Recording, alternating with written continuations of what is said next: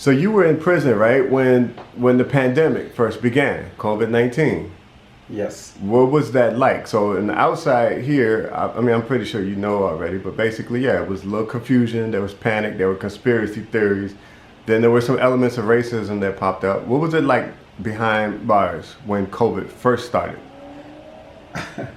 I smile and I laugh behind that because we was looking at the news when they was making fun of Asians wearing masks.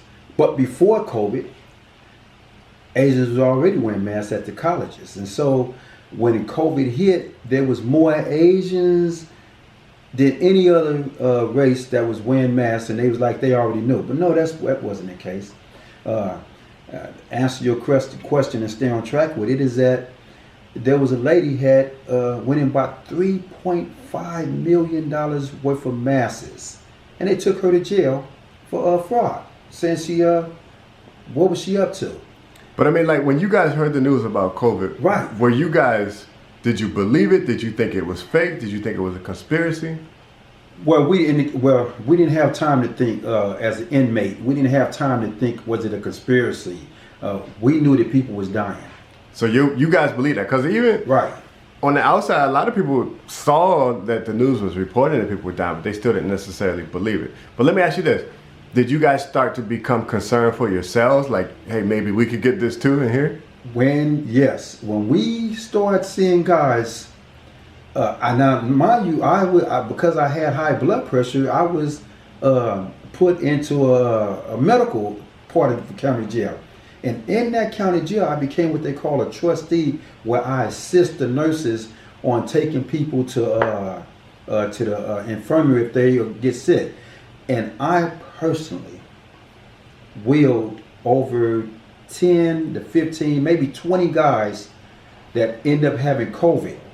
So there were people in the prison that you were in who were getting diagnosed with COVID. Right, and at this time, were people wearing face masks? Were the inmates wearing face masks? Were the guards wearing face masks? Yes. Okay. And I personally can tell you, on one hand, I heard that five of them 20 people that I personally pushed over there, they died. Wow. Yeah.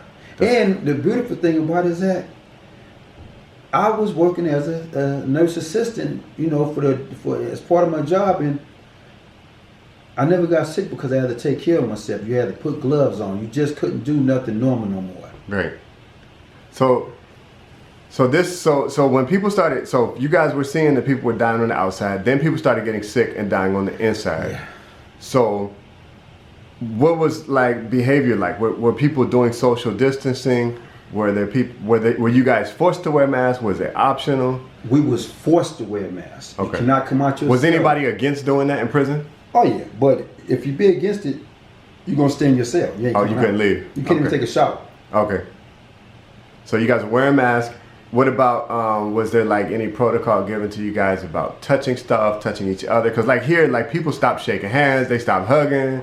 It was just like, keep your distance. Was it the same way in prison? Well, you had some guys that was defiant of the gloves and the mask. So if they had a chance to take it out, don't wear it, they wouldn't. But you had to wear that mask coming out the cell. Ain't no getting around it. Now let me ask you this. Okay, so this is a pandemic, right? It's like a global event that's affecting everybody around the world, and a lot of people became more spiritual. People outside of prison all of a sudden turning to God, looking to the Bible. They just, thinking at things on a much deeper level.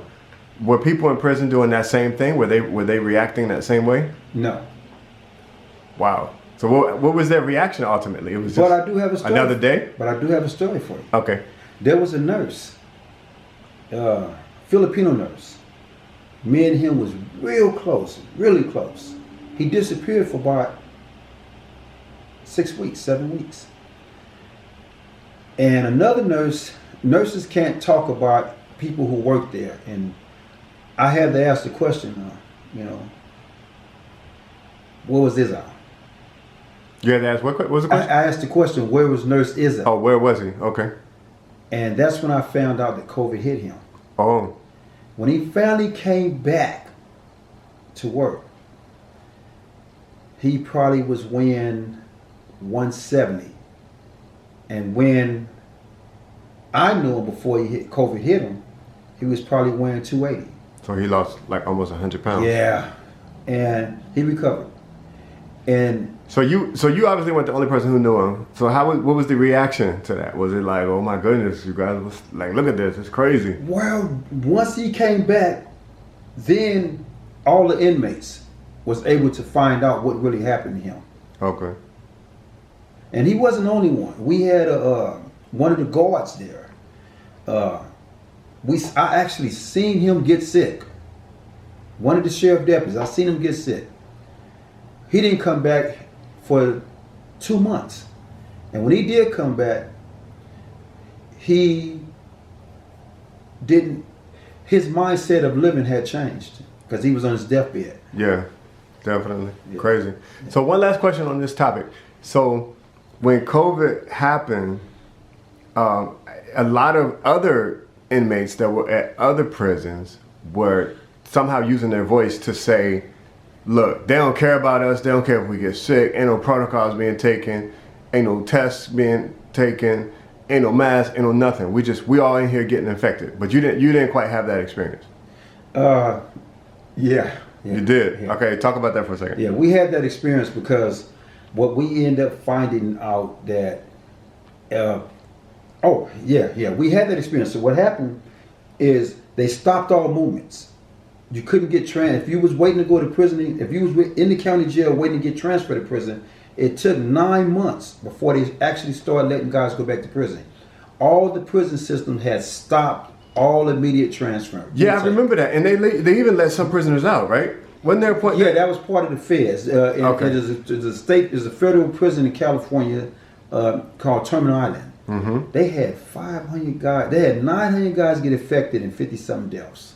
And so they were letting people out. They was letting them out. So even a couple of celebrities were let out. They didn't let Bill Cosby out though, and they didn't let R. Kelly out. Yeah. And so what ended up happening is that they had to do something immediately. Mm-hmm. And so another short story. There was 11 inmates. They had got a cup of coffee, and they knew this one particular guy was sick. And they all start drinking after him. From the same cup? From the same cup, for they can all be diagnosed with... Oh, they wanted to get COVID? They wanted, because they was letting these guys out the county jail. But it backfired on them. They said, because they seen them on camera, they put all them guys in their own quarantine cell. Oh. And they said, you guys are not going home, and guess what? They all had COVID. They all ended up getting COVID, and none of them went home. None went home. That's crazy. It ain't funny, man, but it's funny though, because they were seen on video drinking COVID.